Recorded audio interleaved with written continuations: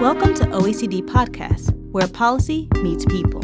I'm Andrew Patterson, and today we want to talk about women's Great Exhaustion. It's been a tough 2 years for women. Early in the COVID-19 pandemic, women were hit harder by the job losses, leading many to call a she-cession. But as the pandemic wore on, we started to see wider impacts on women too. We saw women on the front line of the crisis response, with 75% of the workforce in social health and social care. We saw women taking on more work at home due to school and childcare closures, and we saw women feeling more isolated from social networks. And we saw a shadow pandemic too, the rise in domestic violence as lockdowns trapped women with abusive partners and relationships. These took their toll, and after 2 years, more than 40% of women in Europe were reporting that the pandemic had a major negative impact on their mental health. These cumulative effects are what we are calling the Great Exhaustion.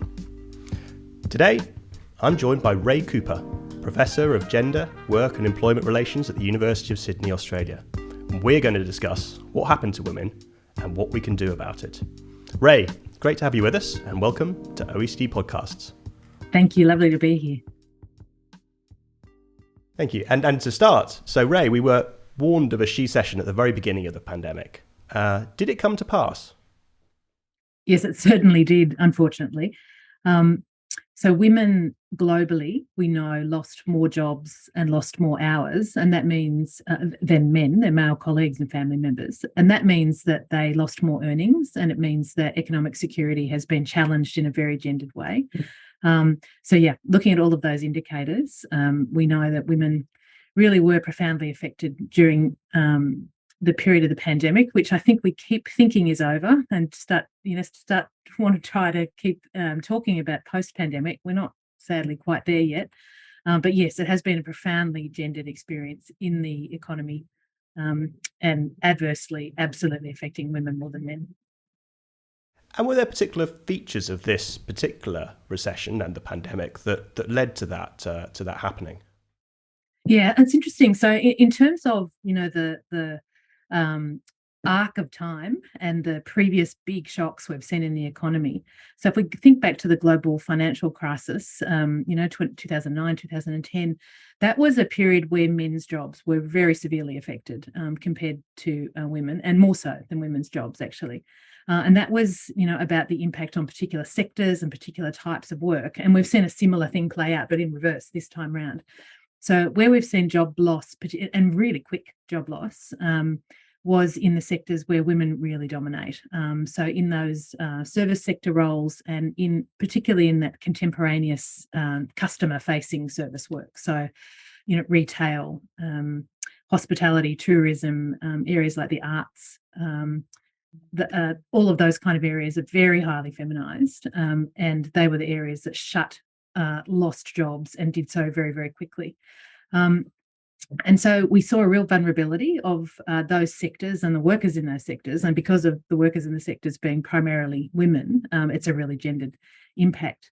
But we know there were other effects beyond that, or intersectional effects, if you like. So, I talked about the sectoral impacts, but we also know that there were impacts around things such as age, and the global research suggests that young women were profoundly affected. So the under 30s, have had a very tough 2.5 years. And we really need to watch out for that generation of particularly young women, but young people broadly, who really suffered economically through the period of the pandemic, especially in the very big lockdowns.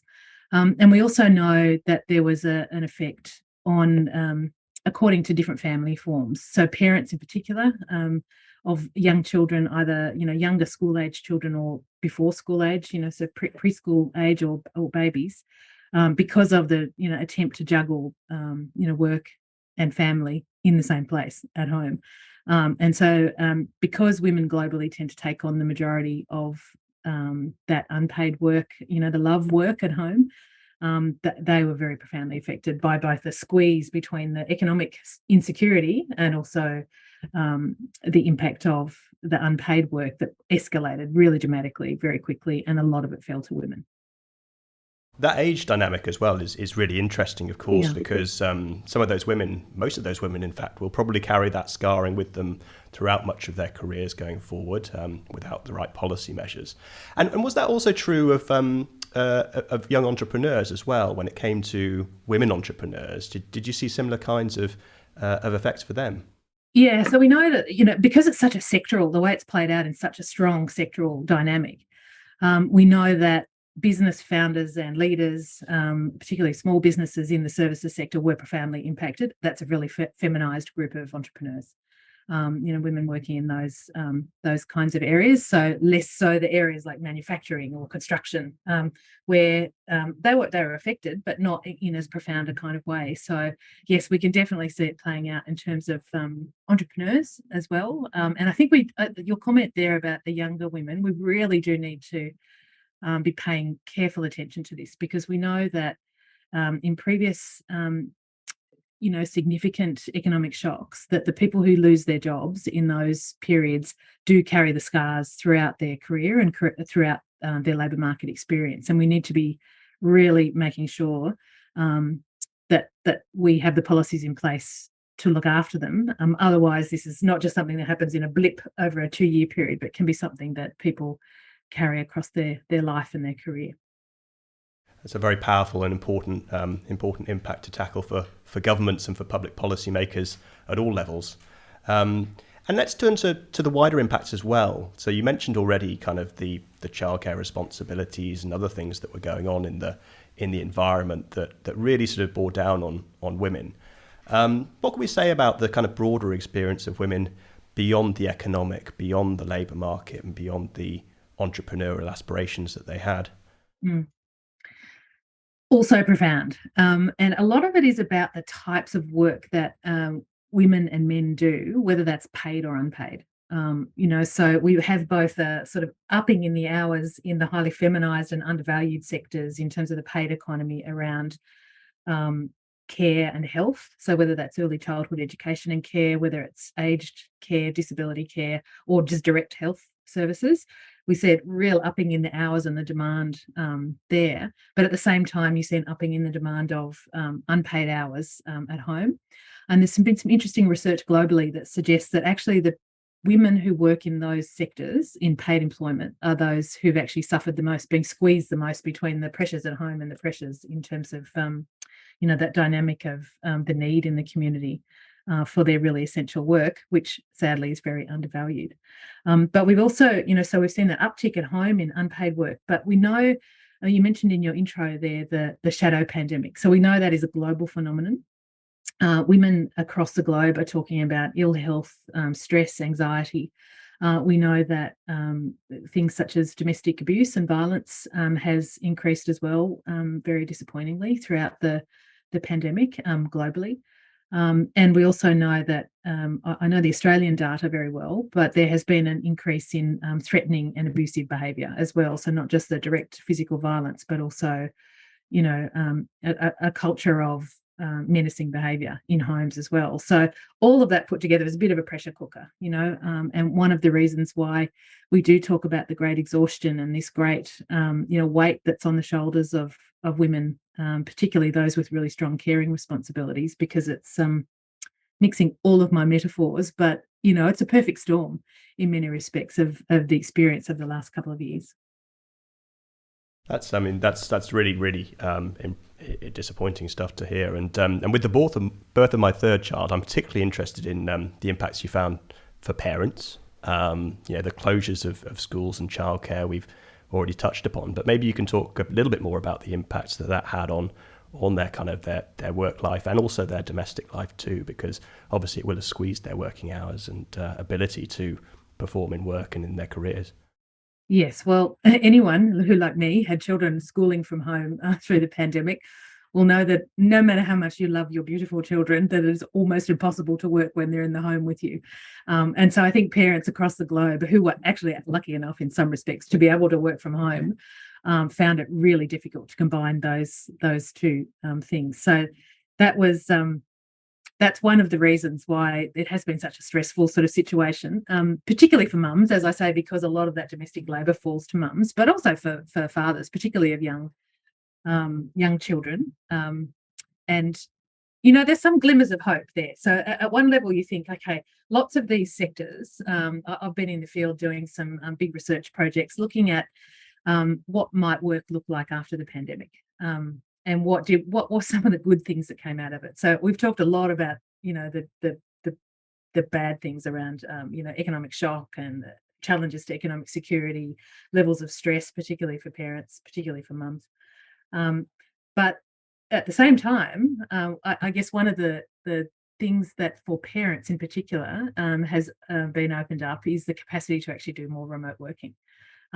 So I think looking at some of the experiences of remote working during the pandemic was interesting because it's sort of a double-edged sword, isn't it? Being able to maintain employment and economic security, being able to work at home while you've got those care responsibilities going on is both really great, but also quite terrible sometimes when you think about what the impact is on working life and productivity, capacity to concentrate, and levels of stress. So all of that played out in both its positive and negative effects, I think. And we have to think through, what does that mean we do next? What do we need to put in place to make that manageable and sustainable when we're not in an absolute crisis situation?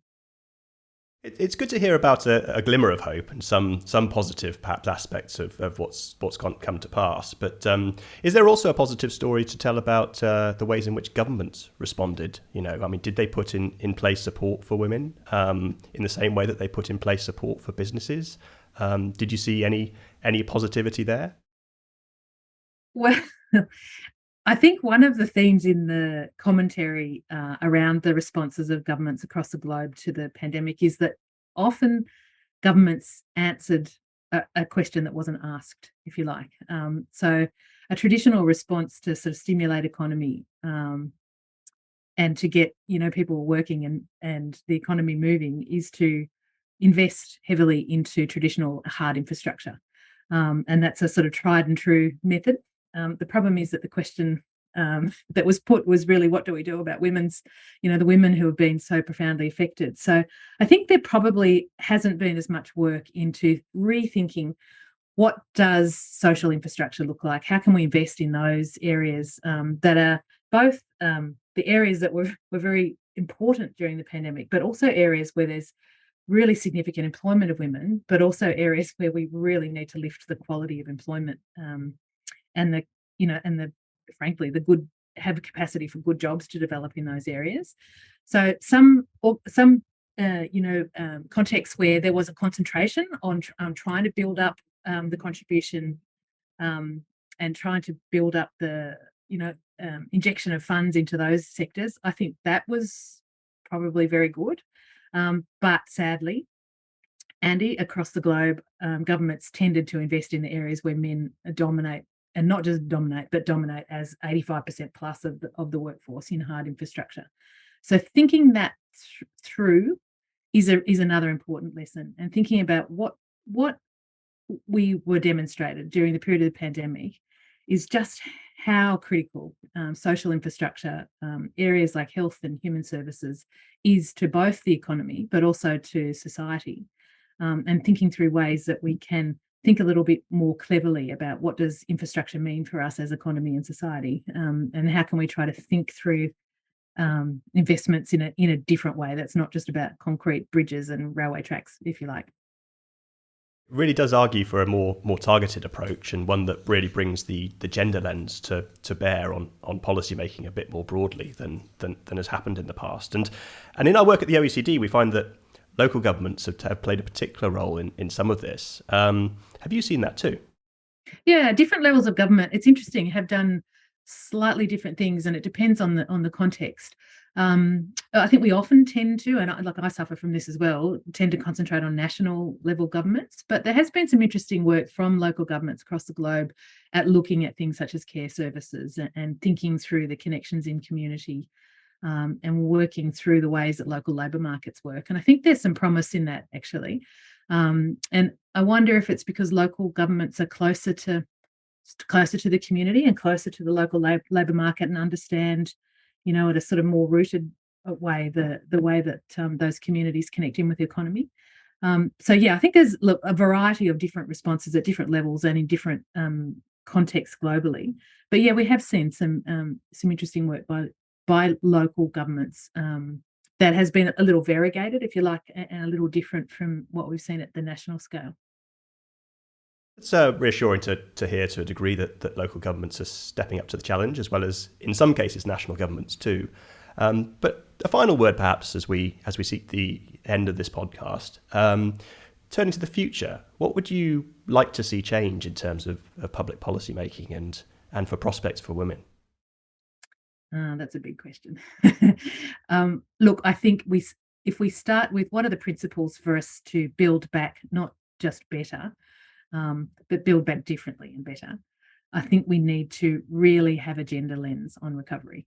And that means us thinking through how do we think about the impact of economic shock and who the subject is, if you like, how we think through the critical importance of highly feminized sectors and how we invest in them and start to think about them as social infrastructure. But I think it's also about trying to think through how do we have both women, like literally women, at the tables where we're trying to design strategies to respond to crisis, but also how do we have women's experiences and voices at those tables. So that's about doing work around some of the things I know that the OECD thinks through, which is how do we have a gender disaggregated data? How do we try to think through what the impact of policy is in a gendered sense, and how do we elevate women's voices to try to ensure that they are absolutely part of an inclusive recovery.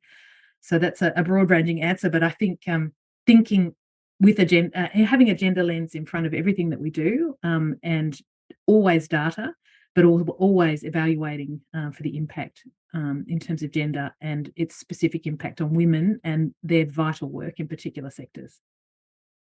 Thank you. And is there anything in particular we might think of doing to tackle some of the deep scars that the pandemic's left, the things that you've talked about that women have already been through? I mean, are there things that we can do to perhaps improve their prospects going forward and tackle those scars?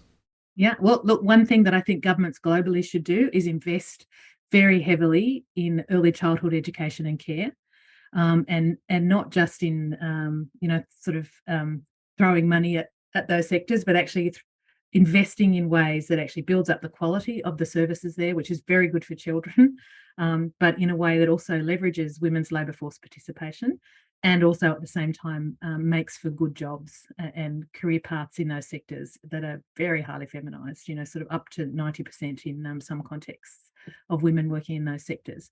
To me, that seems good for the economy because it's about participation and growth. It's good in terms of the labour market. They are very big employers, these sectors, and very big employers of women, but also very good for the next generation because we know that high quality education and care is absolutely critical, both for economic performance, but also for the well-being of our vulnerable little children. Thanks, Ray. That's been an excellent overview of the concepts of the Great Exhaustion and some things that we might do looking forward to tackle it. And it brings us to the end of our session today, and I'll certainly be taking my gender lens with me in my work going forward at the OECD. If you're interested, listeners, in finding out more, you can hear more from Ray by Googling gender equality in working life at the University of Sydney, and you can find out more about the OECD gender work at www.oecd.org and follow our work on Twitter at OECD Local. Thank you very much, Ray, and thank you everyone for listening. To listen to other OECD podcasts, find us on iTunes, Spotify, Google Podcasts, and SoundCloud.com/OECD.